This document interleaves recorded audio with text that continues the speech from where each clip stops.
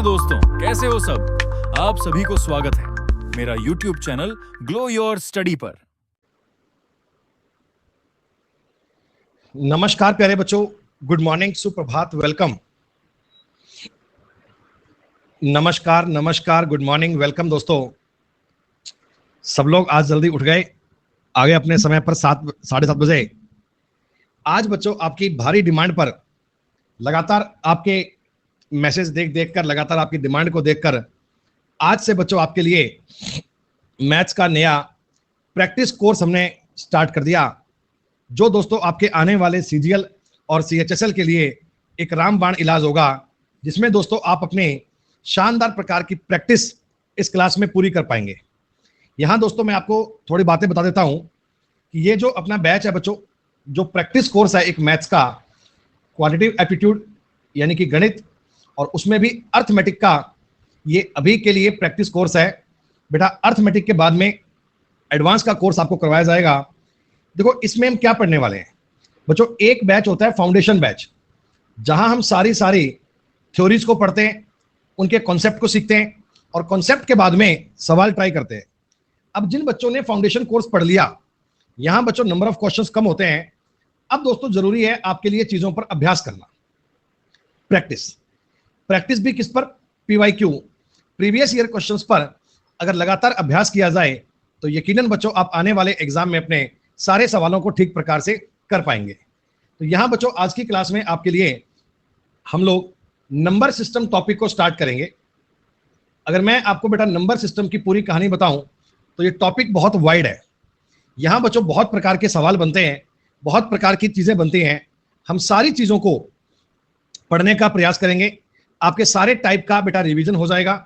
यहां बच्चों आपको प्रत्येक क्वेश्चन पर पोल मिलेगा, पोल में दोस्तों आप अपने सवालों के उत्तर देंगे। देखिए मान लो किसी बच्चे ने इससे पहले नंबर सिस्टम नहीं पढ़ा तो उसको दिक्कत कुछ ज्यादा आएगी नहीं, बस एक बात होगी कि वो पोल पर अपने सवालों के उत्तर नहीं दे पाएगा। तो कोई बात नहीं, अगर आप बेटा पोल पर सवालों के उत्तर ना दे पाए तो कोई ऐसे चिंता का विषय नहीं है। आप जैसे ही क्वेश्चन पूरा होगा, पोल का टाइम पूरा होगा, मैं आपको उन सवालों के कॉन्सेप्ट भी बताऊंगा और धीमे धीमे वो कॉन्सेप्ट आपके बेटा, बहुत कॉन्सेप्ट आपके समझते आते जाएंगे। उनको आप लिखते रहना, सारी थ्योरी को आप लिखते रहना, तो आप अपने आने वाले सारे क्वेश्चंस पर प्रैक्टिस कर पाएंगे। सवालों के रिवीजन होते हैं, सवाल रिपीट होते हैं, तो जब उसी थीम पर बेस क्वेश्चन दोबारा आएगा तो आप बड़े अच्छे से कर पाएंगे। बच्चों नंबर सिस्टम में ना जो मेन टॉपिक है, वो पहला एक बड़ा ही इंपॉर्टेंट टॉपिक है, रूल्स ऑफ डिविजिबिलिटी। इसे बोलते हैं भाजकता के नियम। भाजकता के नियम का मतलब होता है कि कोई नंबर 7 से कब कटता है, कोई नंबर 11 से कब कटता है, कोई नंबर दोस्तों इस प्रकार कैसे डिवाइड होते हैं। ये वाली चीजें बेटा आपको समझनी है। बेटा क्वेश्चन नोट मत करना, मैं आपको सवालों की पीडीएफ दे दूंगा। बेटा क्वेश्चन नोट करने में आपको बहुत टाइम लगेगा, तो आप केवल और केवल सवालों के सॉल्यूशन लिखना। आपको क्वेश्चंस की पीडीएफ मिल जाएगी, क्लास के बाद में पीडीएफ को बेटा प्रिंट आउट ले लीजिए, उससे आप अपनी चीजों को आसानी से समझ पाएंगे। क्लियर, सवाल लिखने में टाइम वेस्ट मत करना अपना। दूसरा बच्चों एक बड़ा ही इंपॉर्टेंट बनता है, वो है रिमाइंडर थ्योरम। इसका मतलब होता है शेषफल प्रमेय। किसी नंबर को डिवाइड करते हो तो रिमाइंडर क्या बचता है, रिमाइंडर कैसे ज्ञात करते हैं। प्यारे बच्चों इसमें यूनिट डिजिट के सवाल बनते हैं। प्यारे बच्चों यहां पे काउंटिंग ऑफ जीरो के सवाल बनते हैं। बहुत सारी वैरायटियां हैं।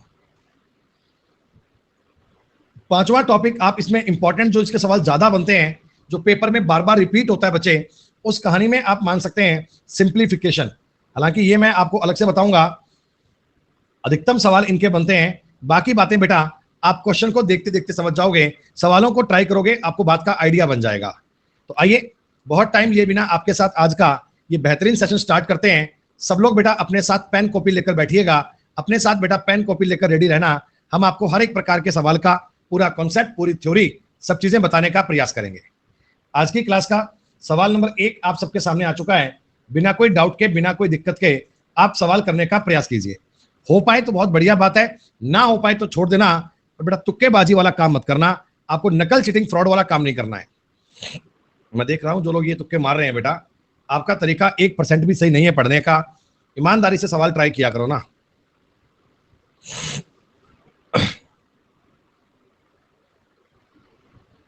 8A5146B अगर 88 से डिविजिबल है तो B माइनस ए का मान क्या होगा? स्टार्टिंग में आपका पोल काफी गड़बड़ था, लेकिन लास्ट में आते आते थोड़ा सा काम आपका ठीक हो गया। सुनिएगा बेटा, अब मैं इस सवाल का आपको देखो बता रहा हूं कॉन्सेप्ट क्या है। बेटा कॉन्सेप्ट इस सवाल में यह है कि अगर मेरे को कोई नंबर 88 से डिविजिबल करना है तो इसका मतलब बेटा उसमें 11 का और 8 का भाग जाना चाहिए। कोई नंबर 88 से तभी कट सकता है जब उसमें 11 का भी भाग जाए, 8 का भी भाग जाए। अब 8 का नियम क्या होता है, तो ये आप लिख लेना, रूल ऑफ 8 क्या होता है सर, नंबर के लास्ट 3 डिजिट में नंबर के लास्ट 3 अंकों को 8 से भाग दे लो। आखिरी 3 अंकों में अगर 8 का भाग जा रहा है तो आपके नंबर में भी 8 का भाग जाना चाहिए। तो मैं कॉमन सेंस से 46B में 8 का भाग देकर चेक करता हूं। आप समझो, अगर मैं डिवाइड करूंगा बच्चे क्या होगा, 8 5 40, रिमाइंडर आएगा 6, रिमाइंडर आएगा 6। और अगर बच्चों यहां पर 6 बन रहा है तो 6 के बाद में 4 आना चाहिए ना, 6 के बाद में 4 आना चाहिए ना, तभी तो नंबर कट पाएगा।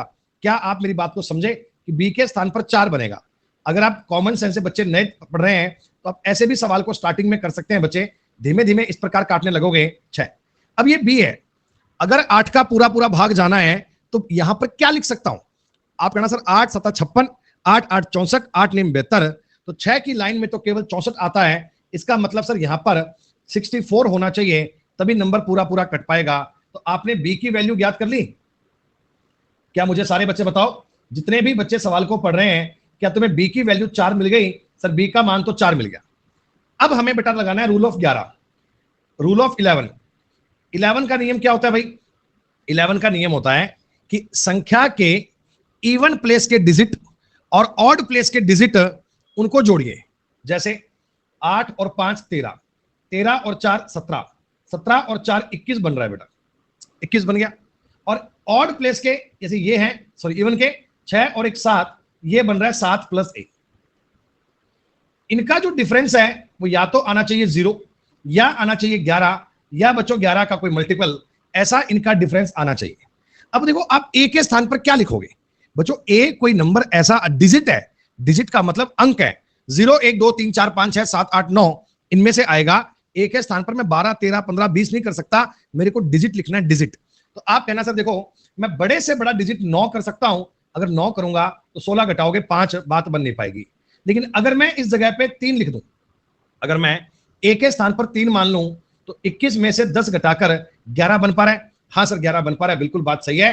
तो ए की वैल्यू हमने ज्ञात कर ली है 3। सवाल में बी का मान भी आ गया, सवाल में ए का मान भी आ गया। मैंने पूछा था बी माइनस ए बता दो, 4 - 3 बता दो, एक आपके सवाल का उत्तर बनेगा। C option will be right answer. क्या बच्चों आपको कॉन्सेप्ट समझ में आया? क्या आपको जानकारी पल्ले पड़ी कि कैसे कैसे हमने चीजों को बनाया? ये बात आपको समझ नहीं है? अगर आपने a - b कर दिया बेटा, गलत कर दिया था, b - a आना चाहिए, ऐसा। क्लियर? चलिए आगे बढ़ते हैं बेटा। एक नंबर आपके सामने है जो कि 56 से डिविजिबल है। अब देखो इसमें वही कहानी चल रही है, 56 का मतलब है 8 और 7 का नियम लगाना है। अब थोड़ा संघर्ष आप खुद से करना, अब थोड़ी जानकारियों को खुद से प्लान करना। 7 का नियम भी क्या होता है यह हम बात कर लेंगे बेटा।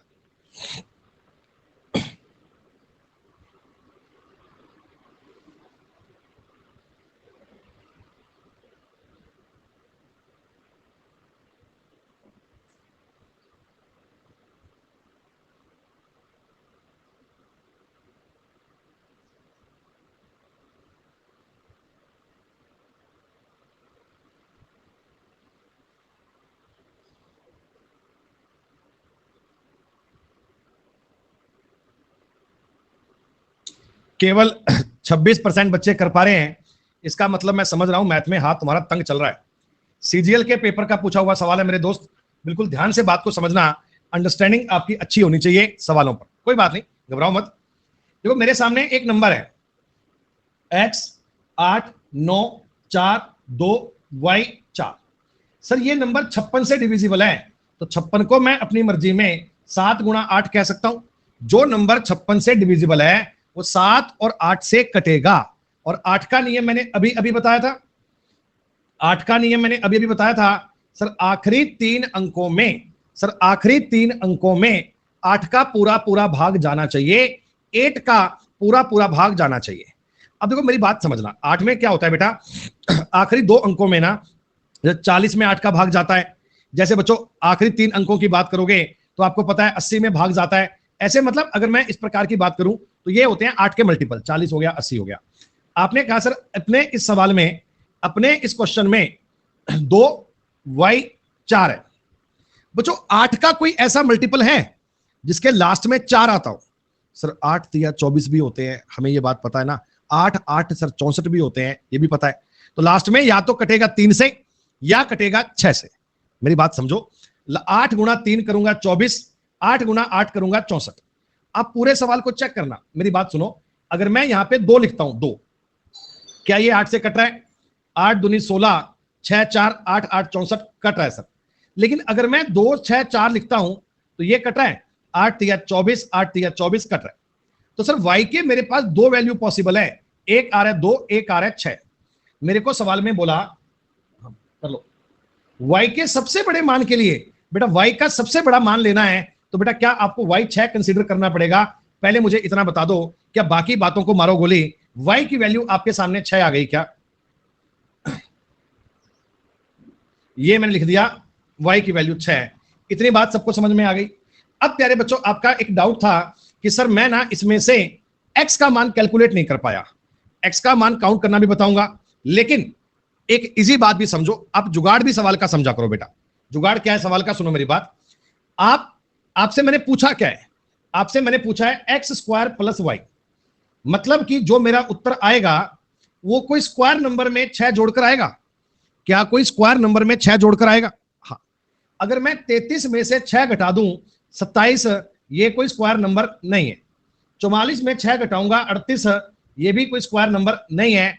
पर यहां बन रहा है 49, यहां बन रहा है 64। उत्तर बेटा इन दोनों में से एक है। उत्तर इन दोनों में से एक है। अब आप अपनी मर्जी से x का मान अपने सवाल में रखकर भी चेक कर सकते हो। अपने सवाल में x का मान 7 रखकर चेक कर लेना। अगर 7 से बन जाए तो बहुत बढ़िया बात है, अगर 7 से ना बन पाए तो उत्तर आपका डी हो जाएगा। ऐसे अपना सवाल जल्दी बन जाएगा, ऐसे अपना सवाल इजी बन जाएगा। आई बात समझ में? दोनों चेक मत करना, कोई एक जगह रखकर चेक कर लो, आपकी बात बन जाएगी। सुनो मेरी बात, अगर मैं x के स्थान पर 7 रखता, y के स्थान पर 6 रखता, तो आपका नंबर ये बनता 7894264। क्या ये नंबर 7 से कट रहा है? 7 एकम 7, 1 9, 7 दूनी 14, 5 4 49, 5 2 52, 3 6 35, 1 4 कट रहा है बच्चों। सवाल का उत्तर हो गया सी। सर ऑप्शन से तो करेंगे, क्या 7 का कोई विभाज्यता का नियम भी होता है? हाँ बेटा, इसके लिए आप एक काम करो, आप 7 का रूल भी समझो, 7 का नियम भी समझो। 7 का नियम कई प्रकार से होता है, मैं आपको बता रहा हूं डिटेल में। ये क्या है बच्चों?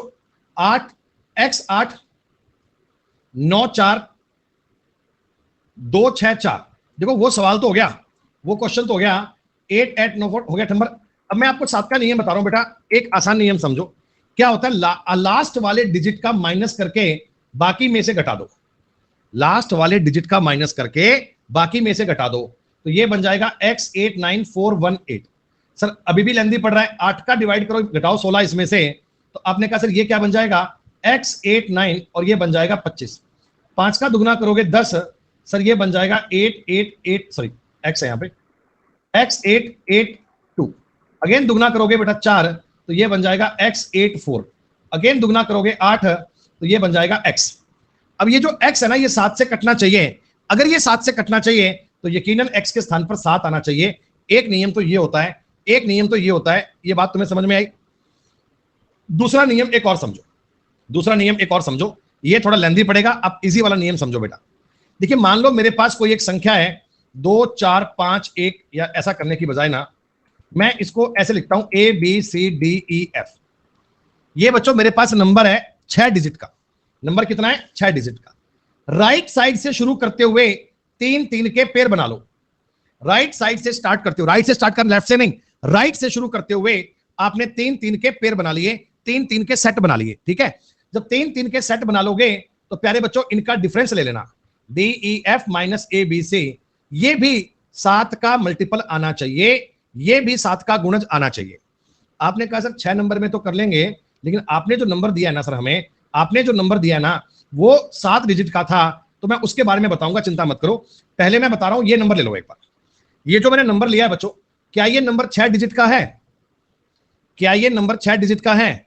तो आपने 3 3 का सेट बना दिया, इससे तुम्हारा सवाल इजी बन जाएगा। 894 में से तुम 264 घटाओ 0, 9 में 6 घटाओगे 3, 630। अरे दिख रहा है तुम्हें? दिख रहा है ये नंबर 7 से कट रहा है, 7 निमा 63। ये नंबर बेटा 7 से कट रहा है, तो ये नंबर भी 7 से कटेगा। अगर वो 7 से कट रहा है तो ये 7 से भी कटेगा, तो इसका मतलब ये 7 का मल्टीपल हो गया। सर मेरे पास तो डिजिट आपने ज्यादा किए थे सर, अगर 7 डिजिट आ जाएंगे तो मैं इनका फैक्टर कैसे बनाऊंगा 3 3 में?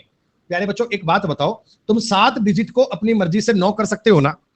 राइट साइड में अगर 0 लगा दोगे तब तो कहानी पलट जाएगी। राइट साइड में 0 लगाओगे तो जज्बात पलट जाएंगे, पर लेफ्ट में तो 0 लगा सकते हो ना, कोई दिक्कत थोड़ी है। अब आप 3 3 के सेट बना लो ऐसा। और जैसे बच्चों आप 11 के नंबर में करते थे ना, ऑल्टरनेट का सम करना है, ऑल्टरनेट का सम। प्यारे बच्चों ये तो 894 है, माइनस माइनस आ रहा है 264 प्लस एक्स। आगे बात समझ में? ये है 894, वो आ रहा है 264 प्लस एक्स। सर इसमें से घटाऊंगा 0, 3, 6 माइनस एक्स। जरा बताओ 630 में से एक्स घटाकर 7 का मल्टीपल आना चाहिए, तो क्या बच्चों एक्स के स्थान पर 7 ही कर सकते हो ना भाई? एक्स के स्थान पर 7 ही कर सकते हो ना? ये नंबर 7 का मल्टीपल है, ये नंबर भी 7 का मल्टीपल चाहिए, तो एक्स की वैल्यू कितनी आ गई? 7 आ गई। अगर बेटा एक्स की वैल्यू कितनी आ गई? 7 आ गई। क्या तुमको बात समझ में आई? हाँ भाई सिद्धार्थ, अगर 8 डिजिट का हुआ तो आगे एक 0 लगा के 9 कर लेंगे, 5 डिजिट का हुआ तो आगे एक 0 लगा के उसको 6 का कर लेंगे, फिर आप 3 3 के सेट बना पाओगे ऐसा। ये मैंने सवाल में इतना टाइम क्यों लगाया कि मैं आपको 7 का नियम समझाना चाह रहा था बच्चे। अब आगे किसी सवाल पे 7 का नियम आएगा, डायरेक्ट ट्राई कर पाओगे, फिर आपको ये सब संघर्ष करने की नीड नहीं है। उस पर मैं बार बार ये नियम नहीं बताऊंगा, अपनी कॉपी में 7 का नियम लिख लेना। ये नियम भी जरूरी है बच्चों, ये नियम भी जरूरी है, दोनों बातें आपको पता लगनी चाहिए। अरे x 14 कैसे बन जाएगा विकास? x एक डिजिट है मेरे भाई, x एक डिजिट है, अंक है, अंक। अंक जो होते हैं 0, 1, 2, 3, 4, 5, 6, 7, 8, 9, इनमें से होता है भाई, इनमें से होता है। एक बच्चा कहने लगा सर आप x का मान 0 क्यों नहीं मान लेते? अरे मेरे भाई अगर मैं x का मान 0 मान लूंगा तो फिर तो आपका नंबर 6 अंकों का रह गया ना। मेरे को एक बात बताओ, तुम्हारा सवाल 7 अंकों का था, 7 अंकों का। अगर ये 7 डिजिट का है, 7 डिजिट का है, तो स्टार्टिंग में 0 तो आ नहीं पाएगा ना बेटा, स्टार्टिंग में 0 तो बन नहीं पाएगा, स्टार्टिंग में कुछ और ही बनेगा, 0 लिखने की संभावना नहीं है। Is it clear? Is it fine? बढ़िया बढ़िया सवाल चल रहे हैं जिनमें बेटा आपके सारे कॉन्सेप्ट भी क्लियर होंगे। सीजीएल मेंस का क्वेश्चन है, थोड़ा दिल थाम कर पढ़ना बच्चे। हाँ भाई ये क्लास 1.5 घंटे की है, चाहे आप 1.5 घंटे में 15 सवाल ही करो, लेकिन जितने सवाल करोगे ना सटीक जानकारी होगी एग्जाम के लिए, पेपर के पॉइंट ऑफ व्यू से जबरदस्त काम होगा बेटा।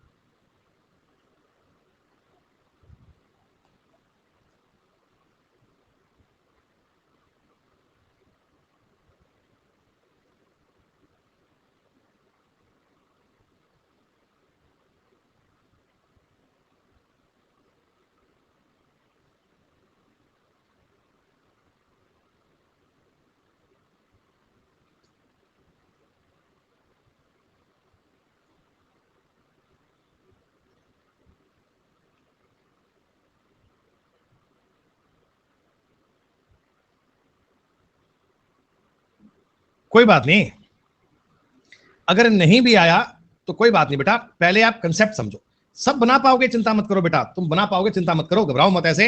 अभी तो कहानी शुरू हुई है भाई, नंबर सिस्टम की क्लास चलेगी 3 दिन, नंबर सिस्टम 3 दिन चलेगा, और 3 दिन कर करके बात को समझ लो।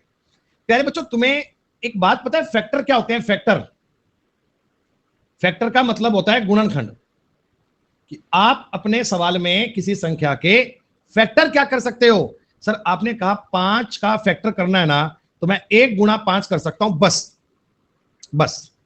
अगर मैं आपको बोलूं सर मुझे ना 20 के फैक्टर बताओ, तो क्या आप ये कर सकते हो क्या? सर मैं इसे 1 गुणा 20 भी कह सकता हूं, या 1 गुणा 2 गुणा 2 गुणा 5 कह सकता हूं। क्या इस प्रकार आप इनके फैक्टर तोड़ सकते हैं? ये होते हैं गुणनखंड, है ना। अच्छा एक तुमको शायद जीवन में एक बात कभी पढ़ी होगी, रीजनिंग में मैंने आपको बताया प्राइम नंबर। बेटा प्राइम नंबर का मतलब होता है अभाज्य संख्या। और जरा मुझे बताओ मेरे दोस्तों, क्या प्राइम नंबर के फैक्टर केवल 2 होते हैं क्या? जैसे मान लो 3 एक प्राइम नंबर है, इसका फैक्टर होगा 1 गुणा 3। 17 एक प्राइम नंबर है, 1 गुणा 17। मैंने आपको बताया बच्चों 37 एक प्राइम नंबर है, 1 गुणा 37 है। तो जब भी कभी मैं आपको फ्यूचर में यह बोलूं कि x एक ऐसी संख्या है, x एक ऐसी संख्या है जिसके केवल 2 फैक्टर हैं, जिसके केवल 2 फैक्टर हैं, केवल 2 गुणनखंड संभव हैं, तो आप समझ लेना x जो होगा वो एक प्राइम नंबर होगा, x जो होगा वो प्राइम नंबर होगा। क्या ये बात आपको समझ में आई? अब मैं तुमको ये कह रहा हूं x एक ऐसी संख्या है, x एक ऐसी संख्या है जिसके केवल 3 फैक्टर संभव हैं, जिसके केवल 3 फैक्टर, भाई जिसके केवल 3 फैक्टर संभव हैं, ओनली 3। तो यह बात तभी संभव है जब प्राइम नंबर का स्क्वायर नंबर हो। बेटा प्राइम का जो स्क्वायर होता है ना, प्राइम का स्क्वायर, उसके केवल और केवल 3 ही फैक्टर संभव हैं। जैसे आपने कहा सर 9 है, ये देखो ये 9 कुछ और नहीं है, 3 का स्क्वायर है। तुम फैक्टर करने जाओगे 1 गुणा 3 कर सकते हो।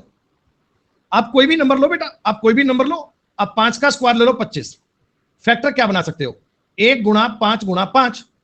आप 49 ले लो, ये 7 का स्क्वायर है, 1 गुणा 7 गुणा 7। अरे एक कोई प्राइम नंबर नहीं होता विकास, एक कोई प्राइम नंबर नहीं होता। प्राइम नंबर की जो स्टार्टिंग होती है ये 2 से होती है भाई, ध्यान रखना। प्यारे बच्चों मेरी बात को समझा? 121 के फैक्टर क्या बनेंगे? 1 गुणा 11 गुणा 11।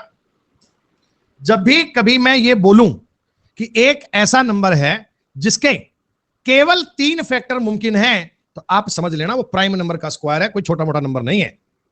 अब इस सवाल को पढ़ते हैं। प्यारे बच्चों देखो मेंस लेवल की बात है, थोड़ा समझने में टाइम तो लगेगा पर मजा आएगा तुम्हें। मान लीजिए पी क्यू आर एस धनात्मक प्राकृत संख्याएं हैं, यानी पॉजिटिव नंबर हैं और नेचुरल नंबर हैं, मतलब पॉइंट्स में नहीं है, 1 2 3 4 5 6 7 8 9 10 ऐसे नंबर हैं, जिनमें से तीन में एक और स्वयं संख्या सहित 3 सटीक कारक हैं बच्चों, जिनके केवल और केवल 3 फैक्टर हैं। बात समझ में आई? इनमें से 3 नंबर ऐसे हैं जिनके केवल और केवल 3 फैक्टर हैं। बेटा मेरे पास नंबर है पी क्यू आर एस, इनमें से 3 ऐसे नंबर लो जो प्राइम नंबर के स्क्वायर है, प्राइम नंबर के स्क्वायर हैं। और ये बेटा प्राइम नंबर के स्क्वायर है ना, और क्यू पी से बड़ा है, क्यू पी से बड़ा है, और ये 2 डिजिट के नंबर हैं। सारी कहानी समझना, मेरी बात सुनो। प्राइम नंबर 2 का स्क्वायर होता है 4, प्राइम नंबर 3 का स्क्वायर होता है 9, प्राइम नंबर 5 का स्क्वायर होता है 25, प्राइम नंबर 7 का स्क्वायर होगा 49, प्राइम नंबर 11 का स्क्वायर होता है 121। अगर मैं आपसे कहता हूं भैया 2 डिजिट नंबर है और प्राइम नंबर का स्क्वायर है, तो ये दोनों नंबर लेने पड़ेंगे क्या? ये दोनों नंबर लेने पड़ेंगे क्या? ये दोनों नंबर लेने पड़ेंगे क्या? अरे 5 7 नहीं, 25 49 लेना है। और इसमें भी बोला क्यू पी से बड़ा है, इसमें क्या बोला? क्यू पी से बड़ा है। भैया क्यू अगर पी से बड़ा है तो क्यू को 49 लेना पड़ेगा और पी को आपको लेना पड़ेगा 25। क्यू और पी की वैल्यू बात समझ में आ गई? हाँ तो बेटा के एन पी 3 फैक्टर संभव है ना, 1 गुणा 2 गुणा 2 यार। अरे मैंने आपको क्या बोला? आप पी और क्यू के मतलब 5 और 7 मत मानो बेटा, ये सब 5 और 7 मत लेना। तुमको बोला है पी और क्यू डबल डिजिट का नंबर है, डबल डिजिट का, तो भैया स्क्वायर नंबर लेना पड़ेगा ना, 25 और 49 लेना पड़ेगा ना, कुछ और तो मानना नहीं है। अच्छा इसके बाद कह रहे हैं जी R greater than S, R is greater than S. बच्चों आर एस से बड़ा है, तो आर एस से बड़ा है बच्चों, आर भी एक प्राइम नंबर की बात आ रही है क्या? बेटा आर भी बच्चों बताओ प्राइम नंबर की बात आ रही है क्या? हाँ सर, आर का मतलब 9 मान लीजिए, एस का मतलब 4 मान लीजिए। ये जानकारी बन गई, ये जानकारी बन गई। Is it fine? Is it clear? मैंने आपको बोला कि P Q R S be positive number having 3 exact factor including 1, the number itself P Q greater than. अरे स्क्वायर नंबर नहीं लोगे क्या भाई? क्या स्क्वायर नंबर नहीं लोगे क्या? क्या उनमें वर्ग संख्या नहीं लोगे क्या? हमें प्राइम फैक्टराइजेशन चाहिए भैया, हमें प्राइम फैक्टराइजेशन चाहिए। हमने ये नंबर मान लिया, हमने ये बात कर ली। अच्छा एक बच्चा कहने लगा सर आपने एस कैसे मान लिया? एस तो हमें दिया ही नहीं गया। कोई बात नहीं, मत मानो भाई, मैंने समझाने के लिए मान लिया था, तुम एस को मत मानो। पी क्यू आर तो मानना क्लियर है? अरे बताओ पी क्यू आर तो मानना क्लियर है? हाँ अब आप पी क्यू आर की वैल्यू अपने सवाल में पुट करो। पी के स्थान पर 25 कर दूं माइनस, क्यू के स्थान पर 49 कर दूं, -1 बटा में, अरे यार कुछ खुशबू को समझाओ बेटा, खुशबू आंखें खोल बेटा, सवाल पढ़ बेटा, खुशबू आंखें खोल। इसमें लिखा हुआ है 2 डिजिट नंबर, सवाल पढ़ते क्यों नहीं हो यार? क्या नालायक हो रखे हो क्या? दिमाग काम नहीं कर रहा क्या? जब लिखा हुआ है 2 डिजिट नंबर है तो अभी नींद से जागे नहीं हो क्या यार? गजब बालक है यार। कैसे तुम कोर्स पढ़ोगे अपना? है कैसे कोर्स पढ़ोगे अपना? तो आपने कहा बटा में r माइनस एस है, बटा में नो माइनस एस है। क्या इतनी बात बन गई? क्या इतनी बात बन गई? सर ऊपर तो बनेगा देखो माइनस का 25, बटा में बनेगा नो माइनस एस, बटा में बनेगा नो माइनस एस। सर वैल्यू पुट क्या करें? सर ये एस है, 5 नहीं है, एस है एस। सर एस के बारे में तो कोई बात आपने बताई नहीं है, सर एस के बारे में तो कोई बात आपने बताई नहीं है। आपने कहा सर मैं एस को एक बार 4 मान लेता हूं, एस को एक बार 4 मान लेता हूं। आप वैल्यू रख के देखो, एक बार पुट करके तो देखो। ये हो गया 25, 9 में 4 घटाओगे 5, उत्तर बन रहा है माइनस का 5। अब ऑप्शन में एस की जगह पे 4 रखकर देखो, ये माइनस का 4 है, माइनस का 1 है, माइनस का 5 बन रहा है। ये बच्चों एस की जगह 4 रखूंगा, 4 में से 1 घटाओगे 3 बन रहा है। 1 माइनस 4 करूंगा, माइनस का 3 बन रहा है। 4 प्लस 1 करूंगा 5 बन रहा है। क्या सवाल का उत्तर ए बनना चाहिए? क्या तुम्हारी वैल्यू को ए सेटिस्फाइड कर रहा है? क्या ए आपके सवाल का उत्तर बन रहा है? क्या दैट्स ऑल। मैंने ए को अपनी मर्जी से मान लिया, मैंने एक एस को अपनी मर्जी से मान लिया। अरे ऑप्शन में दिया है पिंकी यार, कैसे गजब के बालक है यार। कह रहे बटा में आपने घटा क्यों दिया? ऑप्शन देखो ना, minus S minus 1, S minus 1, 1 minus S, S plus S. ये बातें तो समझो, बातें तो समझो भाई। आपके सामने एस का मान नहीं था। अगर बेटा आपके सामने एस का मान नहीं था तो आपने ऑप्शन से अपनी चीजों को बनाया। इन नंबर में केवल और केवल 3 फैक्टर हैं। अगर 3 फैक्टर हैं तो हमारे सामने प्राइम नंबर का स्क्वायर लेना पड़ेगा, प्राइम नंबर का स्क्वायर लेना पड़ेगा, दैट्स ऑल। बच्चों को बात समझ नहीं आती, कह रहे जी आपने प्राइम नंबर क्यों लिया? क्योंकि बेटा 3 फैक्टर होते हैं ना तो केवल प्राइम नंबर के स्क्वायर के होते हैं। अगर सवाल में 3 फैक्टर होते हैं ना तो केवल प्राइम नंबर के स्क्वायर के होते हैं। ये सवाल केवल वो बच्चे कर सकते हैं जो मेंस जाएंगे, मेंस में देंगे बेटा, मेंस का पॉइंट देंगे। क्वेश्चन में बोला है, ये बात आपको सवाल में बोली है कि आर का मान एस से बड़ा है। जब आर का मान एस से बड़ा है तो भैया 9 से कम ही लोगे ना, 13 कैसे ले लोगे? बाद में एक बार तसल्ली से रिपीट करके देखना बेटा, अभी आप नंबर सिस्टम में नए नए हो ना तो इसलिए आपको डाउट क्रिएट हो रहे हैं। जब धीमे धीमे सवाल आपको सेम प्रकार के रिपीट होने लगेंगे तो बातें पढ़ने में और मजा आएगा।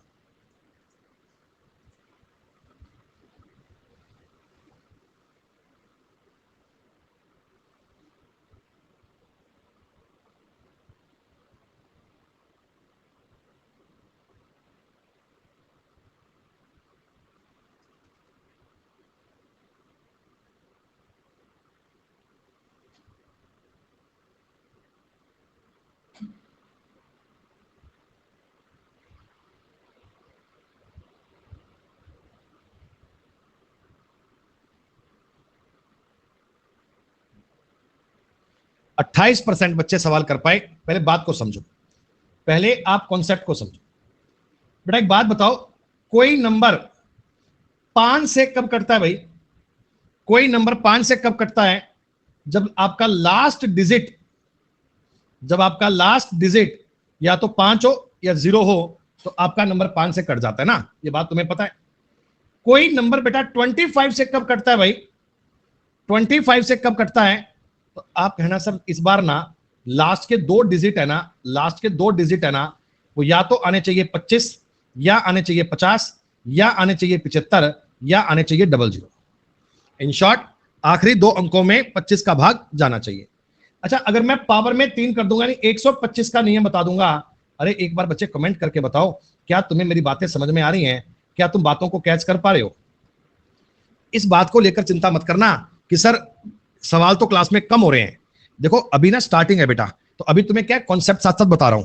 अब मान लो आगे किसी क्वेश्चन में 125 का नियम दोबारा आएगा तो लिखवाऊंगा थोड़ी, तब तुम्हें मैंने बता रखा है, आप रिकॉल करो।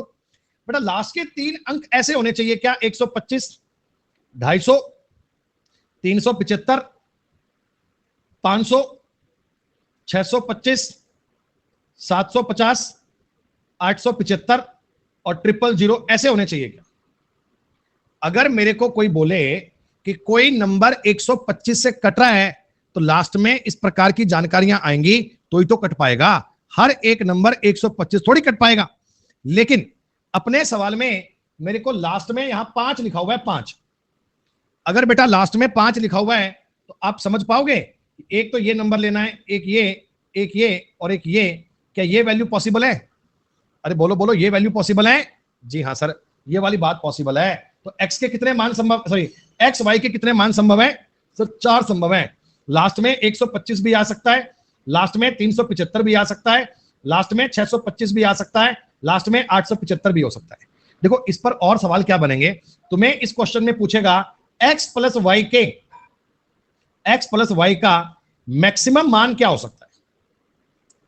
x प्लस वाई का मैक्सिमम मान क्या हो सकता है, ऐसा भी पूछ सकता है। तो आप कहना, तो यहां से x प्लस वाई बन रहा है 3, यहां से x प्लस वाई बन रहा है 10, यहां से x प्लस वाई बन रहा है 8, यहां से बन रहा है 15, तो सर मैक्सिमम मान 15 हो सकता है। यह भी आपसे पूछ सकते हैं x प्लस वाई का न्यूनतम मान, कम से कम मान कितना होगा? सर कम से कम मान कितना होगा? 3 होगा। सवाल ऐसे क्रिएट किए जाते हैं। आपको एक क्वेश्चन को देखकर उसकी सारी जानकारियां एक्सप्लेन करनी आनी चाहिए, उनके बारे में आपको समझ पैदा करनी आनी चाहिए। क्लियर? अगर m को 7 से डिवाइड किया जाता है तो शेषफल 6 आता है। अगर m के वर्ग को 7 से डिवाइड करूंगा तो रिमाइंडर क्या बनेगा? रिमाइंडर क्या बनेगा ये बताना है। इसमें टाइम दूंगा जी 30 सेकंड का।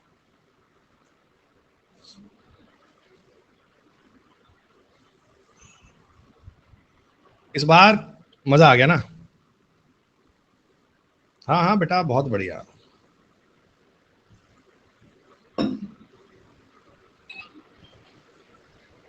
ऐसे क्वेश्चन लाओ सर, ताकि अंधकार में जीते रहें, इजी इजी पढ़ते रहें और लगता रहे कि हा सब हमारे हिसाब से चल रहा है। फिर पेपर में जानकारी बढ़िया आ जाए तब कहें अरे यार ये क्या पूछ लिया इसने, हैं ये क्या पूछ लिया, PQRS कैसे करूं? सुनो मेरी बात, इसका भी आप पहले कॉन्सेप्ट समझो। बच्चों क्या होता है ना, तुम्हारे सामने एक नंबर है D, तुम्हारे सामने एक नंबर है N। मैंने इसको अगर D से डिवाइड किया, सपोज करो आपका रिमाइंडर आया,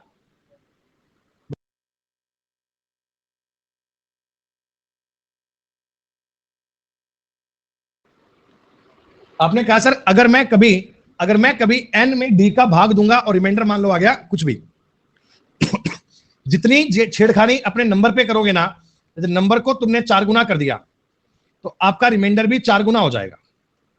ये ध्यान रखना। और एक बात समझना कि आपका जो रिमाइंडर होगा ये हमेशा डिविजर से छोटा होता है। यानी आपका जो शेषफल है ना, शेषफल ये हमेशा भाजक से छोटा होना चाहिए। अरे तुम किसी नंबर में 7 का भाग दो और रिमाइंडर 15 आ जाए, क्या ऐसा मुमकिन है क्या? ऐसा मुमकिन है क्या? ऐसी बात कभी संभव है क्या? ऐसा हो सकता है क्या? नहीं। तो अपने इस सवाल में आपको बोला, मैंने एक नंबर m को 7 से डिवाइड किया तो रिमाइंडर आया 6। ये टेबल गंदी हो ना, ये टेबल 6 हो गया। अगर मैं m के स्क्वायर को 7 से भाग दूंगा तो रिमाइंडर भी 6 का स्क्वायर आएगा, मतलब 36। लेकिन प्रॉब्लम ये हो गई कि 36 तो 7 से बड़ा है, आपने इसको भी 7 से डिवाइड करना है, आपका रिमाइंडर बनेगा 1। 1 is the correct answer, 1 is the right answer. एक आपके सवाल का उत्तर बनेगा। क्या ये जानकारी पल्ले पड़ी? क्या ये बात आपको समझ में आई?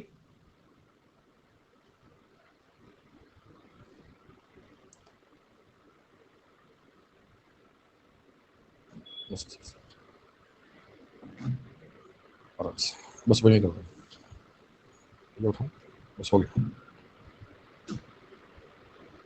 हाँ भैया, क्लास के बाद में सारे क्वेश्चन करने ही हैं, नहीं तो कोई दिक्कत नहीं है, नहीं तो कोई दिक्कत ही नहीं है बेटा। 400 और 500 के बीच में कितनी ऐसी संख्याएं हैं जो 5, 6 और 7 से डिविजिबल है? जो नंबर 5 से भी कट रहा है, 6 से भी कट रहा है, 7 से भी कट रहा है, ऐसे कितने नंबर हैं बच्चों?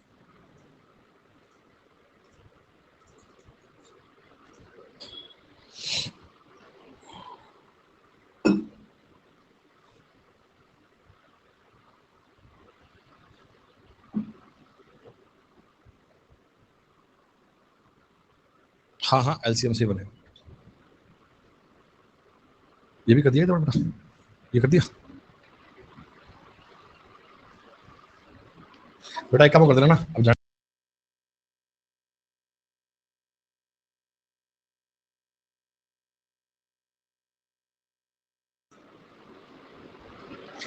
बेटा मैंने आपसे पूछा नंबर 5 से भी कट रहा है, 6 से भी कट रहा है, 7 से भी कट रहा है, तो 5, 6 और 7 का एलसीएम कितना आएगा? एलसीएम आएगा 210। 210।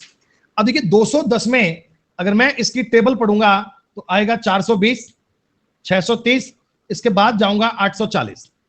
प्यारे बच्चों 400 और 700 के बीच में क्या तुम्हें ये दो संख्याएं मिल रही हैं? 400 और 700 के बीच में क्या ये दो ही नंबर मिल रहे हैं? तो यही दोनों नंबर उत्तर बन जाएंगे। ज्यादा कोई संघर्ष करने की बात तो नहीं पड़ रही ना बेटा। अच्छा, किसी बच्चे के नंबर सिस्टम में सवाल कम और सही हो रहे हो तो ऐसे चिंता मत करना कि मेरे सवाल नहीं बन रहे। आगे आगे टॉपिक इजी भी आएंगे मेरे दोस्त, टाइम एंड वर्क भी आएगा, पाइप एंड सिस्टम भी आएगा, सब बातें आएंगी, लेकिन अभी बातें अलग होंगी बेटा। बेटा सुलावा, उसके कंसेप्ट आगे और आएंगे, चिंता मत करो बेटा, वो जानकारी हम जानते हैं, बस आप चलते जाओ। हाँ, सीख तो रही है ना बेटा, सीखना तो काम है बेटा। ये बहुत बातें आपको नई सीखने को मिलेंगी। काफी टॉपिक वाइड है ये, काफी टॉपिक बड़ा है ये।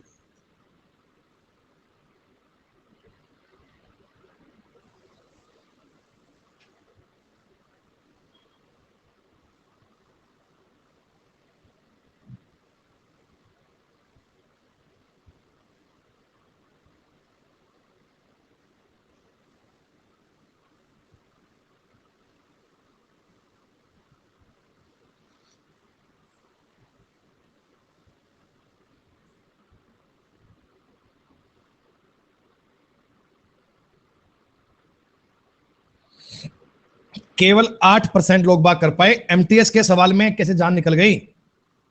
आप तो कहते होते हो एमटीएस का सवाल है सर, एमटीएस तो ऐसे ही कर लेते हैं, हंसते खेलते हैं। ये मिनी आईएएस का पेपर है दोस्त, सुनो मेरी बात। एक पॉजिटिव नंबर है, उसके और व्युत्क्रम के बीच का अंतर 175 144 के गुणक से बढ़ जाता है जब संख्या में 20% की वृद्धि की जाती है। The difference between a positive number and its reciprocal increased by a factor of 175 by 144 when the number is made to increase by 20%. What is the number? सुनो मेरी बात। आप अपना वो नंबर है ना बेटा x मान ले। मान लो मैंने आपका नंबर मान लिया x। बेटा रेसिप्रोकल क्या होता है? इसका उल्टा, यानी इसमें से मैं इसका व्युत्क्रम घटाऊंगा तो डिफरेंस ये आ रहा है क्या बच्चों? अगर मैं नंबर में से आपका व्युत्क्रम घटाऊंगा तो x माइनस 1/x आएगा। अब तुमने अपना नंबर 20% इंक्रीज कर दिया, 20% आपने नंबर इंक्रीज कर दिया, तो क्या बच्चों आपका नंबर 6x/5 हो जाएगा? क्या आपका नंबर 6x/5 हो जाएगा? और इसका व्युत्क्रम, इसका उल्टा क्या बनेगा? सर इसका व्युत्क्रम तो ये बनेगा 5/6x। मैं आपको ये कह रहा हूं बच्चे कि पहले नंबर और उसके रेसिप्रोकल का डिफरेंस ये था, आज नंबर और उसके रेसिप्रोकल का डिफरेंस ये है। अरे रेसिप्रोकल नहीं पता बेटा, व्युत्क्रम यार। x का उल्टा 1/x, y का उल्टा 1/y, ये रेसिप्रोकल होता है यार, उल्टा व्युत्क्रम रिवर्स करना है। प्यारे बच्चों 20% बढ़ाने के बाद में अंतर ये बन रहा है, पहले अंतर ये था, तो ये जो डिफरेंस है ना, ये इतने डिफरेंस से इंक्रीज हो गया। मेरे मतलब दोस्त, अगर मैं 6x माइनस 5/6x करूंगा, ये डिफरेंस है, और पुराना डिफरेंस ये 175/144 के अंतर से बढ़ रहा है, 175/144 के डिफरेंस से बढ़ रहा है। बच्चों को बार बार दिक्कत हो रही है 6x/5 कैसे हो गया? अरे मितु तेरे पास नंबर 100 है, मैं कहता हूं इसको 20% बढ़ाना है, 20% बढ़ाना है, तो 20% कैसे बढ़ाता है भाई? क्या इसका गुणा 120/100 से करता है? क्या ये 6 बार कटेगा, ये 5 बार कटेगा? 100 का गुणा 6/5 से तो करता है भाई। अगर x को तुमने 20% बढ़ाना है तो x गुणा 6/5 ही तो करेगा यार। अब इतना क्या एकदम ही खाना खाली है क्या? 20% के बारे में भी जानकारी नहीं है, फिर तो बेटा मैं तुम्हें क्या ही बताऊंगा, क्या ही समझाऊंगा, फिर तो डब्बा कतई गोल है मतलब बेटा। अब सुनो, अब यहां पर हमें इनकी वैल्यू नहीं पता, कर सवाल कर लेते हैं, कोई दिक्कत नहीं है बच्चे। एलसीएम लूंगा, क्या बनेगा? 30x। जगह कम पड़ेगी ना मेरे को लगता है, यहां करता हूं। सुनो, यहां मैंने इनका एलसीएम ले लिया, 30x आ गया। ये कटेगा 6x बार, 36x² माइनस ये 5 बार कटेगा, माइनस हो गया 25। मनीष कह रहे हैं जी बहुत कंफ्यूज्ड हूं सर, जीवन में इससे ज्यादा मुश्किल काम मैंने आज तक नहीं किया। 175/144, सर x वाले x से ये वाला x कट जाएगा, रिजल्ट आ गया 36x² माइनस 25 बटा में 30 गुणा x² माइनस 1 बराबर हो गया 175 बटा 144। सर इसे सॉल्व करने में तो बहुत टाइम लग जाएगा। बेटा इसे सॉल्व करने में तो बहुत टाइम लग जाएगा। नहीं, टाइम आपको नहीं लगेगा अगर आप थोड़ा सा कॉमन सेंस करते हैं, अपने ऑप्शन को चेक करते हैं। तो पहली बात बेटा, ये ऑप्शन दे रहे हैं ना पॉइंट्स में, पॉइंट की बात तो सवाल में मुश्किल लग रही है मेरे को, क्योंकि 36 गुणा पॉइंट में स्क्वायर कराऊंगा 25 पॉइंट में जाएगा, कहानी बहुत बड़े प्रकार में जाएगी। तो भैया मैं ये कह सकता हूं कि ऑप्शन कोई 6 और 5 में रख के देख लूं। भाई ऑप्शन ट्राई कर सकते हैं ना। मान लो मैंने ऑप्शन 5 रखा, मान लो एक बार के लिए, तो ये 25 और 25 कॉमन हो गया, अंदर बन गया 36 में से 1 घटाओगे 35 बटा में 30 गुना, सर अगर मैं 5 का स्क्वायर करूंगा 25 1 घटाऊंगा 24, ऐसा बन सकता है क्या? ऐसा बन सकता है क्या? सर इसमें अगर मैं काट दूं 5 से तो ये कटेगा 5 बार, ये कटेगा 6 बार, ऊपर बन गया 175, नीचे बन गया 144, और तुम्हें करना भी क्या था, काम हो गया था बेटा। लैंग्वेज समझ में आनी चाहिए, सवाल टफ नहीं है, बस आपको जो कहना चाह रहा है ना कि एक नंबर और उसके रेसिप्रोकल का डिफरेंस, इसका मतलब x माइनस 1 बटा x की बात कर रहा है। 20% इंक्रीज करने के बाद, 20% इंक्रीज करने के बाद में इसका मतलब 6x बटे 5 हो गया, उसका रेसिप्रोकल 5 बटे 6x हो गया, तो इतने फैक्टर से बढ़ गया, यानी इनका जो रेशियो बनेगा वो 175 144 बनेगा। That's all.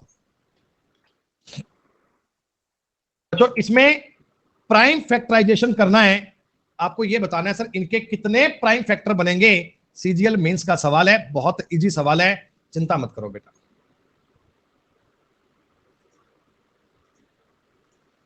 सब बच्चों को फैक्टर काउंट करने आते हैं ना?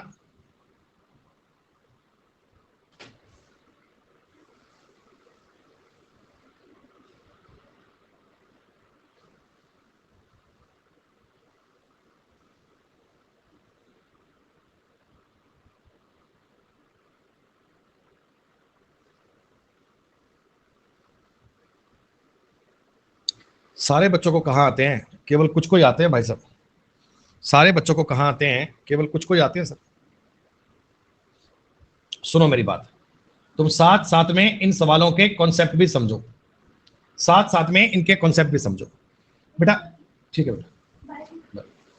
अगर के एक नंबर बेटा a की पावर x गुणा b की पावर y गुणा c की पावर z है, यहां here a b c should be prime number, a b c should be prime number. a b c बच्चों क्या होते हैं? प्राइम नंबर होते हैं। तो कभी भी तुमको इनमें नंबर ऑफ फैक्टर ज्ञात करने हो बेटा, नंबर ऑफ फैक्टर ज्ञात करने हो तो क्या करना? x plus 1 y plus 1 z plus 1 कर लेना। ऐसे आप उनके टोटल फैक्टर ज्ञात कर सकते हैं, ऐसे आप उनके टोटल फैक्टर की संख्या ज्ञात कर सकते हैं। मेरे पास एक नंबर है दोस्तों 30 की पावर 5 माइनस 24 की पावर गुणा में 24 की पावर 5। अब सर ये पावर 5 का खेल चल रहा है। देखो सिंपल सी बात है, इजी बात है, कोई चिंता की बात नहीं है। 30 को तुम प्राइम फैक्टर कर सकते हो, प्राइम, और ये 24 है, क्या इसका भी तुम प्राइम फैक्टराइजेशन कर सकते हो क्या? सर प्राइम फैक्टर का मतलब बेस में आपके होना चाहिए प्राइम नंबर। 5 गुणा 2 गुणा 3, कोई बात नहीं। 24 का मतलब क्या होगा? 8 या 24, तो 2 गुणा 2 गुणा 2 8 गुणा 3 24 हो गया। ये प्यारे बच्चों इसका हो गया प्राइम फैक्टराइजेशन, कोई दिक्कत नहीं। थोड़ा आसान करता हूं, देखो सवाल में ना क्या है बच्चों, आप बात को समझा करें। अगर कभी a की पावर n गुणा b की पावर n होना तो आप इसको ab की पावर n भी कह सकते हैं, ab की पावर n भी कह सकते हैं। ये मेरे सामने एक जानकारी आ गई, ये मेरे सामने बच्चों एक बात आ गई। अगर मैं इनको एक साथ लिखूंगा, 2 कितनी बार आएगा? 1 2 3 4, 2 की पावर 4 आ रहा है क्या? क्या 2 की पावर 4 बन रही है क्या? क्या बच्चों 2 की पावर 4 लिख पा रहे हैं क्या? हाँ सर। 3 की पावर कितनी हो रही है? 1 और 1 2। 5 की पावर 1 हो रही है। सर ये वाली जानकारी बननी चाहिए क्या? ये जानकारी बननी चाहिए क्या? बता दो एक बार। सर ये अपना प्राइम फैक्टराइजेशन हो गया। मतलब आप कह सकते हैं सर 2 की पावर बनेगी 20, 3 की पावर बनेगी 10 और 5 की पावर बनेगी सर 5। 30 और 5 35 हो गया। अगर मैं इसमें टोटल आपको बताऊं नंबर कितने बनेंगे तो पावर को जोड़ दीजिए। बेस पे तो आपने प्राइम कर दिया ना बेटा, बेस पे तो आपने प्राइम कर दिया ना। 20 और 10 30 और 5 35 कि आप इसको अगर लिखोगे अभाज्य गुणनखंड में तो आप 2 गुणा 2 गुणा 2 गुणा 2 गुणा ऐसे 20 बार लिखोगे, 3 गुणा 10 करोगे, 5 गुणा 5 करोगे तो 35 फैक्टर बनेंगे। एक बच्चे के मन में डाउट ये भी आएगा कि सर आपने अभी अभी तो लिखवाया था वो x+1 वाली बात है, वो टोटल नंबर ऑफ फैक्टर होता है प्रतीक। अरे बेटा मेरी बात को समझो, वो टोटल नंबर ऑफ फैक्टर होता है, टोटल नंबर ऑफ फैक्टर। जैसे आप मुझे बताओ, अगर मैं पूछूं तुमसे 24 के फैक्टर क्या क्या बनेंगे, तो 24 का फैक्टर 1 भी हो सकता है, 2 भी हो सकता है, 3 भी हो सकता है, 4 भी हो सकता है, 6 भी हो सकता है, 8 भी हो सकता है, 12 भी हो सकता है, 24 का फैक्टर 24 भी हो सकता है। इतने बन सकते हैं क्या? इतने बन सकते हैं ना? तो आप कहना टोटल कितने बन रहे हैं? 1 2 3 4 5 6 7 8। सर टोटल फैक्टर इसके बन पा रहे हैं 8। तो इसको मैं इजी करूंगा अपने तरीके से। तो क्या करोगे आप? 24 को लिखना 2 की पावर 3 गुणा 3 की पावर 1, ऐसे बनेंगे। तो अब मुझे बताओ, आप कहना सर इसकी पावर में 1 जोड़ोगे, 3 + 1 4 हो गया, एक में 1 जोड़ोगे 2 हो गया, तो 4 दूनी 8 हो गया ना, 4 दूनी 8 हो गया ना। ये 8 तुम्हें ऐसे ज्ञात ना करना पड़े, इसलिए ऐसे किया करते हैं। ये कहानी आती है total number of factor, total number of factor.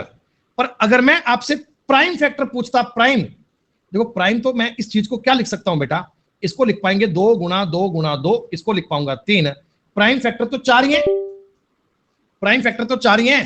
तो सर अगर ऐसे प्राइम फैक्टर की बात करोगे, प्राइम में तोड़ोगे तो प्राइम फैक्टर तो 4 बनेंगे। ऐसा आई बात समझ में? टोटल नंबर ऑफ फैक्टर की बात अलग होती है। यहां मुझे पूछा गया था अभाज्य गुणनखंड जो आपस में प्राइम नंबर से बात बनेगी, तो उसके लिए तरीका ये लगाओगे।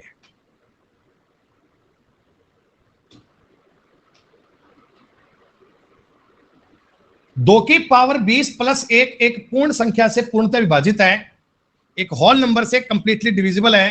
तो निम्नलिखित में से कौन सा एक ही संख्या से उसी तरह से विभाजित है? मतलब ये नंबर अगर किसी चीज से डिविजिबल है तो इनमें से कौन सी संख्या ऐसी है जो उसी नंबर से डिविजिबल है? इसको आप ट्राई करो। मुझे समय दो, 2 मिनट का ब्रेक का, 5 मिनट का।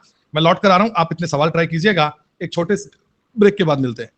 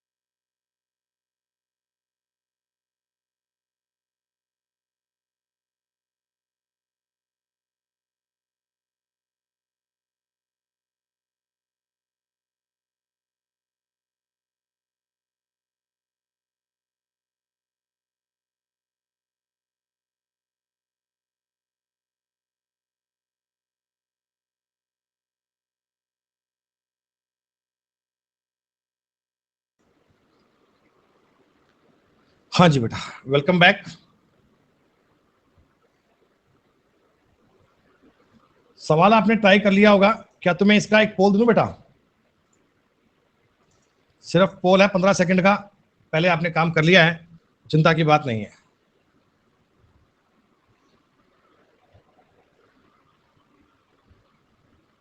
बिल्कुल भी निराश, पैनिक, हताश नहीं होना। स्टार्टिंग में सवाल अच्छे अच्छे मिल रहे हैं तो कोई बात नहीं, आगे बहुत इजी सवाल बनेंगे। नंबर सिस्टम टॉपिक टफ नहीं है। मैंने इनिशियल बेस पे ना बहुत सारे सवाल ऐसे लिए हैं जो तुम्हें इसके बारे में कंप्लीट नियम, कंप्लीट चीजें सिखाने का प्रयास कर रहे हैं। 20 की पावर 20 प्लस 1 है। आपको पता है, एक बात पता है मैथ में, एक फॉर्मूला पता तुम्हें कि भाई साहब अगर ए क्यू प्लस बी क्यू होता है बेटा, अगर ये वाली बात होती है तो इसका तुम्हें एक फॉर्मूला पता है, a plus b, a square plus b square minus a b होता है। क्या ऐसा होता है क्या बच्चों? क्या ऐसा होता है क्या? तो आप मुझे एक बात बताओ, आप मुझे एक बात बताओ, अगर कभी मैं कोई नंबर इससे कट रहा है, कोई नंबर है उससे तुमने 2 की पावर 20 प्लस 1 में भाग दिया, पूरा पूरा भाग चला गया, तो 2 की पावर 60 प्लस 1 भी क्या पूरा पूरा कटेगा? क्या क्या ये पूरा पूरा कटेगा? क्या कैसे कटेगा? क्योंकि इसका फैक्टर है बच्चे। अगर आप बताओ मैं 2 की पावर 60 को 2 की पावर 20 प्लस 3 लिख दूं, प्लस 1 लिख दूं, चलेगा? तो इसका फॉर्मूला क्या बन गया? देखो, 2 की पावर 20 प्लस 1, यहां बनेगा 2 की पावर 40 प्लस 1 माइनस 2 की पावर 20। तो अगर किसी नंबर में यह संख्या पूरी पूरी कट रही है तो ये वाला नंबर भी पूरा पूरा कटना चाहिए, 2 की पावर 60 प्लस 1 भी पूरा पूरा कटना चाहिए। ये जानकारी भी आपकी समझ में आनी चाहिए। क्या डी नंबर बात आपको समझ में आई? अरे एक्स कोई भी नंबर होगा, एक्स का मान नहीं पता हमें।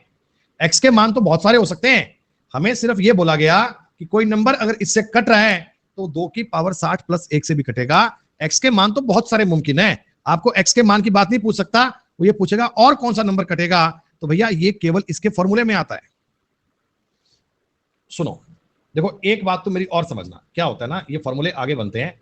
ए की पावर एन प्लस बी की पावर एन है, इसमें दोस्तों अगर तुम ए का भाग, सॉरी एक्स का भाग देते हो, डी का भाग देते हो, तो इस पे कई कानून बनते हैं, लेकिन वो बात अलग है। ये सवाल वैसा नहीं है। इस सवाल में आप ये कर सकते हैं बच्चों कि अगर ये 2 की पावर 20 है प्लस 1 की पावर 20 कह सकते हो। अगर ये कोई नंबर इससे पूरा पूरा कट रहा है तो नीचे आने वाली संख्या 2 प्लस 1 का फैक्टर होगी। समझ नहीं है, कोई बात नहीं, तो मैं बता रहा हूं, तुम एक बात को समझो। तुम अभी नए नए बच्चे हो ना, तो बात कम पल्ले पड़ती है, तुम बेसिक से समझो। प्यारे बच्चों एक बात मुझे बताओ, अगर मैं कभी ए की पावर एन प्लस बी की पावर एन की बात करता हूं, ठीक, ए की पावर एन प्लस बी की पावर एन की बात करता हूं, और ये कॉन्सेप्ट बहुत जरूरी कॉन्सेप्ट है, ये भाई साहब बहुत ही अल्टीमेट प्रकार का कॉन्सेप्ट है।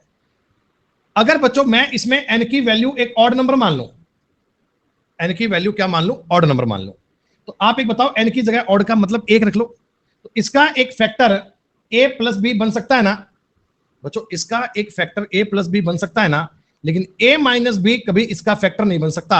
a माइनस बी कभी इस सवाल में आ नहीं सकता। अगर दोस्तों a की पावर n माइनस बी की पावर n होता, n यहां पर अगर मैं ऑड नंबर रख दूं, ऑड नंबर, यह काम प्लस करो, अगर मैं n यहां पर इवन रख दूं बेटा, तो यह बन रहा है a square plus b square. A square plus b square में ए प्लस बी भी नहीं आता और इसमें ए माइनस बी भी नहीं आता। ये दोनों कभी इसके फैक्टर हो नहीं सकते, ये दोनों कभी इसके फैक्टर हो नहीं सकते।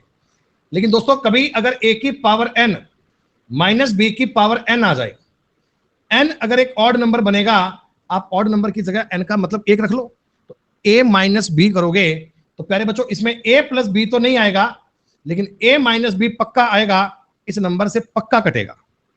और अगर दोस्तों मैं a की पावर n माइनस बी की पावर n में n मान लो एक इवन नंबर रख दूं, इवन नंबर, n क्या कर दूं? इवन नंबर, तो इसका फैक्टर बन जाएगा a square minus b square. A square minus b square, इसमें a प्लस बी भी आएगा और इसमें a माइनस बी भी आएगा। ये दोनों से नंबर कटना चाहिए, ये दोनों इसके फैक्टर होने चाहिए, दोनों इसके गुणनखंड होने चाहिए। आपने कहा सर अपने इस सवाल में, सर अपने इस क्वेश्चन में क्या हुआ कि a की पावर 2 की पावर 20 है, मैं इसको 1 की पावर 20 कर रहा हूं, तो इसका जो फैक्टर बनेगा ना, इसका जो फैक्टर बनेगा वो प्यारे बच्चों 2 प्लस 1 भी नहीं आ सकता, 2 माइनस 1 भी नहीं आ सकता। ना तो ये नंबर 3 से कटेगा और ना ये नंबर 1 से कटेगा। मतलब 1 का मतलब एग्जांपल ये a माइनस बी का 1 से तो कटता ही है। ये नंबर आपका 3 से कटना नहीं चाहिए, ये नंबर आपका 3 से कटना नहीं चाहिए। अब ये वाली कंडीशन उस सवाल में काम करती है जहां तुमसे इनका फैक्टर पूछते हैं, लेकिन जो सवाल यहां दिया गया ये फैक्टर का नहीं था। यहां तुमको ये जानकारी चाह रहा है कि a की पावर 20 प्लस 1 कट रहा है तो कौन सा नंबर इससे कटेगा। तो डायरेक्ट आपको फॉर्मूला अप्लाई करना है क्यूब का और अपनी बात को जज करना है। 2 की पावर 60 प्लस 1 से कटेगा। बस ये वाले फॉर्मूले हैं, लिख लेना बाद में, ये आपको पीडीएफ मिल जाएगी, डाउनलोड कर लेना, ये नोट कर लेना, ये बहुत काम की चीजें हैं।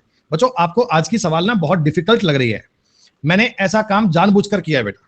अब आप इसे अच्छा मान सकते हो, बुरा मान सकते हो, कि मैं आपको अंधकार में रखना नहीं चाहता। आप बताओ, क्वेश्चन का सिलेक्शन तो मेरे पास था, मैं चाहता तो बेसिक बेसिक क्वेश्चन डालता, भाई इजी इजी सवाल डाल दो, 2 और 2 4 होते हैं, बताओ 3 और 3 कितने होंगे, तुम कहना 6 होंगे। अरे वाह सर, हमें सब आता है, हमें सब आता है। लेकिन पेपर में सवाल डिफिकल्ट आ गया तो कर थोड़ी पाओगे बेटा, फिर बात हो थोड़ी पाएगी। हम चाहते हैं टॉप लेवल पे चलो बेटा। अगर तुम टॉप लेवल पे चलोगे और पेपर में इजी आ गया, पेपर में इजी आ गया तो तुम्हें सवाल करने में मजा आएगा। लेकिन तुमने इजी इजी पढ़ा और पेपर में थोड़ा सा भी मॉडरेट आ गया तो भैया प्राण निकल जाने हैं पेपर में, फिर दाएं बाएं कुछ नजर नहीं आएगा।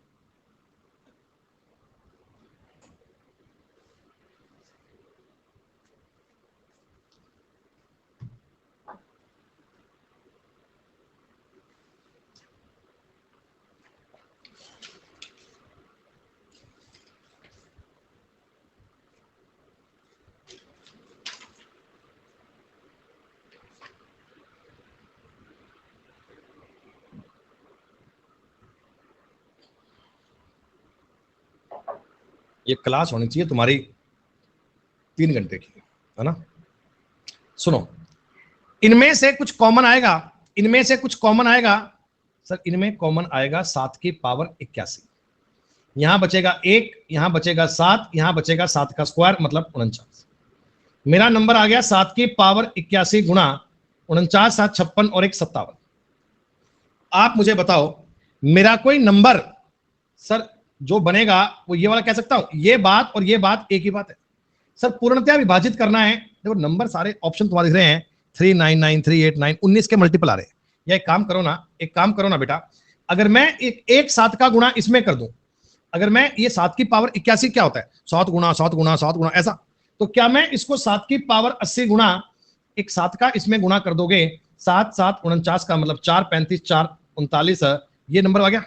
तो इसका मतलब आपकी संख्या 399 से कट रही है, आपका नंबर 399 से कट रहा है। आप ऐसा भी कर सकते थे, इनमें से 7 की पावर 80 कॉमन लेते, अंदर बचता 7 प्लस 49 प्लस 343, क्योंकि ऑप्शन 300 की बाउंड्री में है। 7 की पावर 80 गुणा ये बनेगा 399 ऐसा। अच्छा मेरी बात सुनो, तुम्हें ना मैं जो 3 क्लास में क्वेश्चन करवाऊंगा वो सारे क्वेश्चन होंगे डिफिकल्ट वाले, फिर मैं उसके बाद में आपको पीवाईक्यू की शीट दूंगा। गारंटी से कह रहा हूं 95% से ज्यादा सवाल तुम्हारे क्लास के कंटेंट के बिहाफ पर हो जाएंगे, तुम्हें अलग से काम करने की नीड नहीं पड़ेगी। सिखाने का पर्पज है बेटा, कोई भी क्वेश्चन किसी भी प्रकार से दिक्कत नहीं है। अरे शिवम, वो यूनिट डिजिट के सवाल में किया करते हैं मेरे भाई, जब यूनिट डिजिट पूछते हैं ना तब बात करते हैं।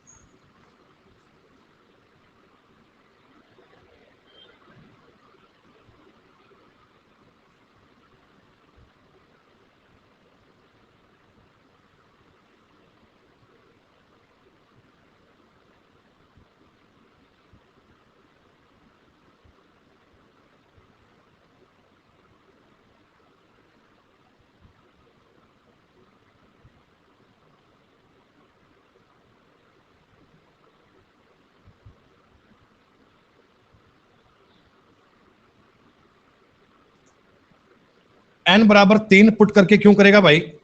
अरे ये बताओ मुझे, अगर बेटा मैं आपके सामने कॉन्जुगेटिव नंबर देता हूं, मान लो 1 2 3 4 ऐसे, माफ कीजिए 4 नहीं 7, बेटा लगातार n ऑड संख्याओं का अगर सम ज्ञात करना हो तो आप n स्क्वायर कर दीजिए क्या?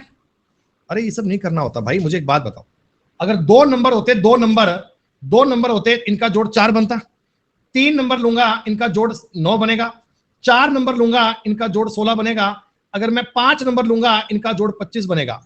लगातार या यूं कहो प्रथम n ऑड नंबर का जो सम होता है, योग होता है, वो n स्क्वायर होता है। तो ये कितने स्टेप है बच्चों? देखो इसका nवां पद यही तो आएगा, ये nth टर्म ही तो है भैया। दूसरा टर्म क्या है? 2 दूनी 4 माइनस 1, तीसरा है 3 दूनी 6 माइनस 1, चौथा है 4 दूनी 8 माइनस 1। तो ये nवां टर्म क्या है? 2n minus 1। तो इसमें टोटल टर्म n है, तो इनका योग कितना आएगा? n स्क्वायर बनेगा। इसी को इसने n गुणा n लिख दिया, तो कोई बात अलग थोड़ी हो गई, कोई बात अलग थोड़ी हो गई। प्रथम n ऑड नंबर का जो सम करना होता है वो बच्चे डायरेक्ट आपको n स्क्वायर करना होता है। n स्क्वायर से बात बनेगी खत्म। एक बार और सुशील कहते नच के दिखा एक बारी होर। ऑप्शन ए भी तो हो सकता है। ऑप्शन ए कैसे बन जाएगा भाई? ऑप्शन ए कैसे बन जाएगा? अरे मेरे भाई, अरे मेरे नालायक भाई, मेरी बात को समझ। ऑड नंबर क्या होते हैं तुम्हें पता है ना? 1, 3, 5, 7, 9, 11, ऐसे ऐसे। ये आप कह सकते हो कि सर प्रथम 2 पदों का योग करना है। मुझे सोच के बताओ, प्रथम पदों का 2 पदों का योग करना है, कितना बनेगा? 4 बनेगा। अगर 3 पदों का योग करूंगा 9 बनेगा क्या? 5, 3, 8, 1, 9। 4 पदों का योग करूंगा 9, 7, 16। 5 पदों का योग करूंगा 25। 6 पदों का करूंगा तो कितना? 36 बन रहा है। सर इनमें अगर आपको एक एपी में nth टर्म ज्ञात करना हो, nवां पद अगर ज्ञात करना हो, तो फॉर्मूला मैंने कल आपको यूट्यूब वाली क्लास में भी बताया था, a गुणा n-1 इंटू डी होता है। ये nवां पद होता है a प्लस n-1 गुणा में d। तो a की वैल्यू मेरे सवाल में 1 है, प्लस n मेरे को पता नहीं है, -1 है, और d का मान कितना है? 2। तो गुणा करोगे 2n-1 बन जाएगा क्या? यहां पे मैं 2 माइनस ये कर सकता हूं क्या? ये nवां पद है, nth टर्म है, nth टर्म का मतलब क्या होता है? nth टर्म का मतलब क्या होता है? इस सीरीज में n स्टेप हैं, और दोस्तों n स्टेप का अगर मुझे सम करना होगा तो क्या n स्क्वायर ही तो बनेगा भाई। ऑड नंबर में इतनी बेसिक सी बात तो चक्कर कर सकते हो। कोई और बात नहीं आती, कोई बात नहीं, इतनी सी बात तो कर सकते हो ना। जब 200 को एक पॉजिटिव इंटीजर x से डिवाइड किया जाता है तो शेषफल 8 आता है। तो x के कितने मान संभव हैं? x के कितने मान संभव है ये बताना है।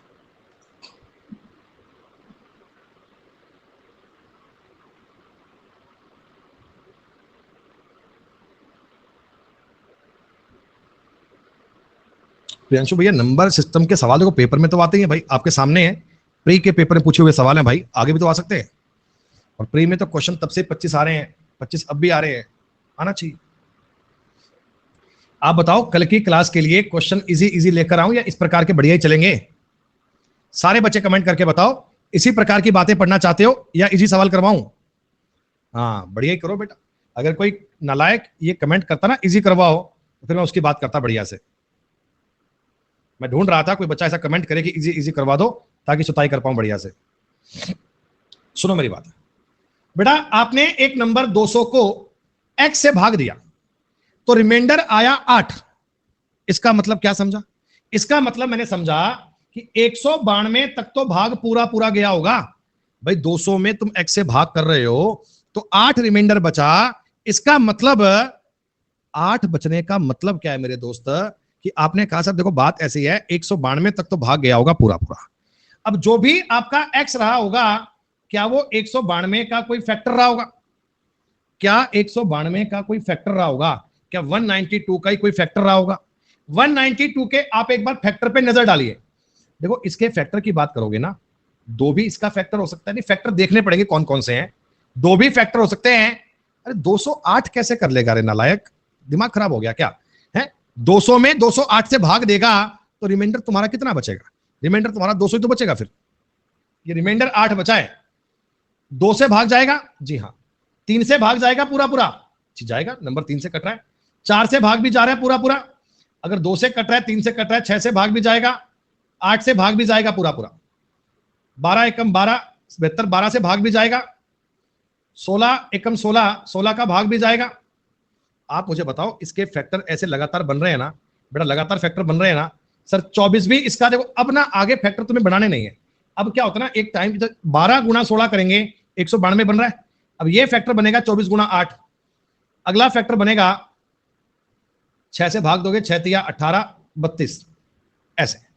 तो ऐसे ये फैक्टर बन रहे हैं। अभी मैं केवल तुमको कहानी समझाने का प्रयास कर रहा हूं। आसान तरीका क्या है उसकी बात भी करेंगे, आसान तरीका क्या है उसकी बात भी करेंगे। सिर्फ मुझे एक बार इतना बता दो, इतनी बात समझ में आई क्या? सर इतने सारे फैक्टर बन सकते हैं क्या? क्या इतने सारे फैक्टर बन सकते हैं क्या? 192 फैक्टर है बेटा, बिल्कुल है, ये बात सही है, एक से मान। प्यारे बच्चों, इतने सारे फैक्टर बन सकते हैं। टोटल फैक्टर इतने पॉसिबल हैं, टोटल इतने गुणनखंड संभव हैं, टोटल इतने फैक्टर पॉसिबल हैं।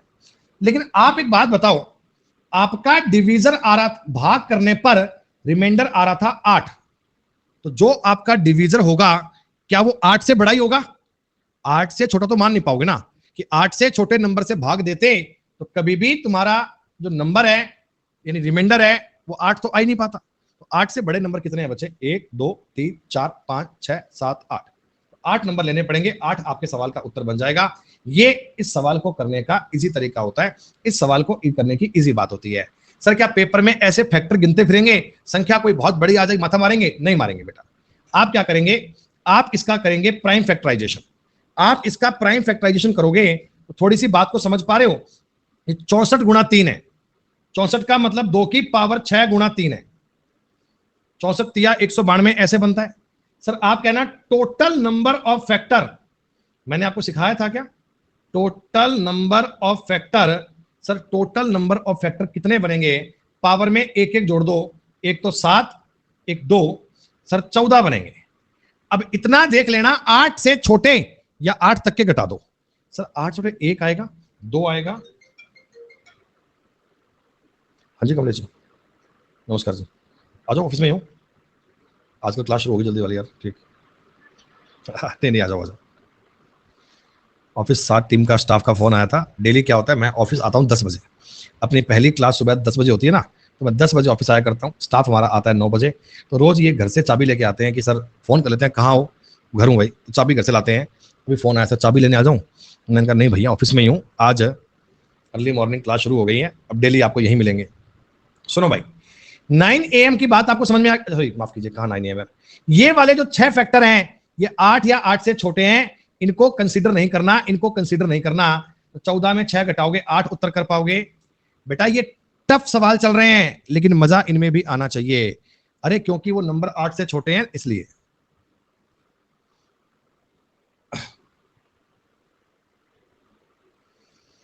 ये बात मुझे बताओ,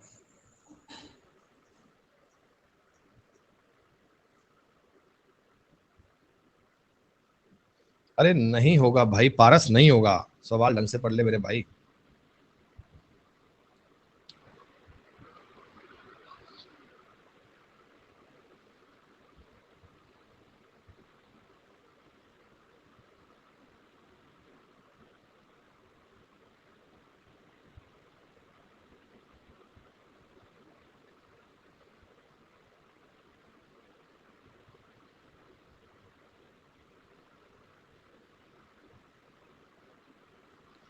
जो बच्चे उत्तर ए और बी दे रहे हैं ना, ये तो भाई साहब एकदम ही नालायक बच्चे हैं, ये तो एकदम ही नालायक हैं, इनको तो बात समझ में नहीं आ रही। अरे मेरे भाई, जब आप एक नंबर को डी से डिवाइड करते हो, आपके पास एक नंबर एन है, आपने डी से डिवाइड करा तो आपका रिमाइंडर आया 15, आपका रिमाइंडर आया दोस्तों 15, आपका रिमाइंडर आया 15। इसका मतलब आपका जो डिवीजर है वो 15 से तो बड़ा ही आएगा। 15 तो बेटा हो ही नहीं सकता ना, 15 से बड़ा ही आएगा। ये दो ऑप्शन तो आपको टिक सपने में भी नहीं मारने, तुक्का भी मारना तो सी और डी में से मारना। अच्छा, अब इस नंबर के 10 गुने, अगर मैं 10n को d से डिवाइड करूं तो भैया मेरे हिसाब से रिमाइंडर 150 आना चाहिए।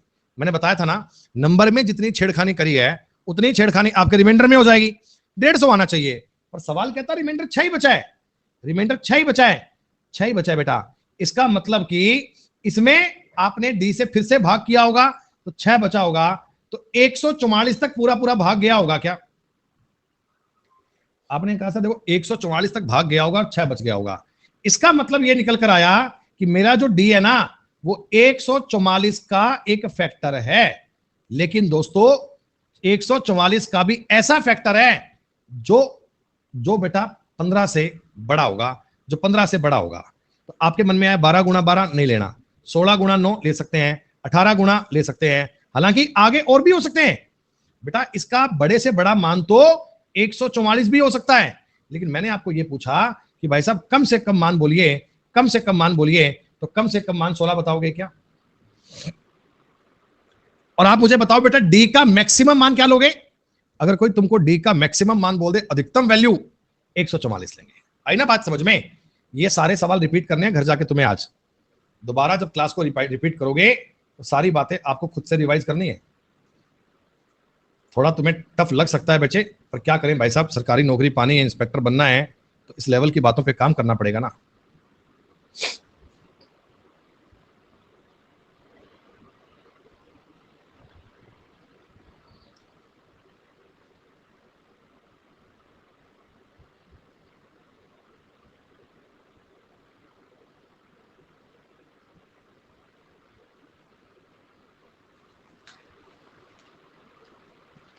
सही बात है, 1.5 घंटा बीत गया और मुझे खुद पता नहीं चला 1.5 घंटा कब बीत गया।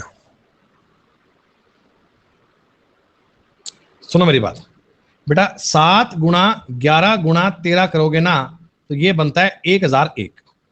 अगर मैं 3 अंकों की संख्या का गुणा 1001 से करूंगा तो ये एबीसी बनता है।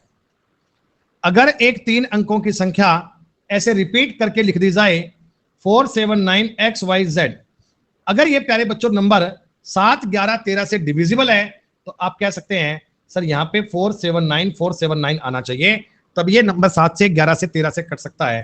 तो x की वैल्यू 4, y की 7, z की 9।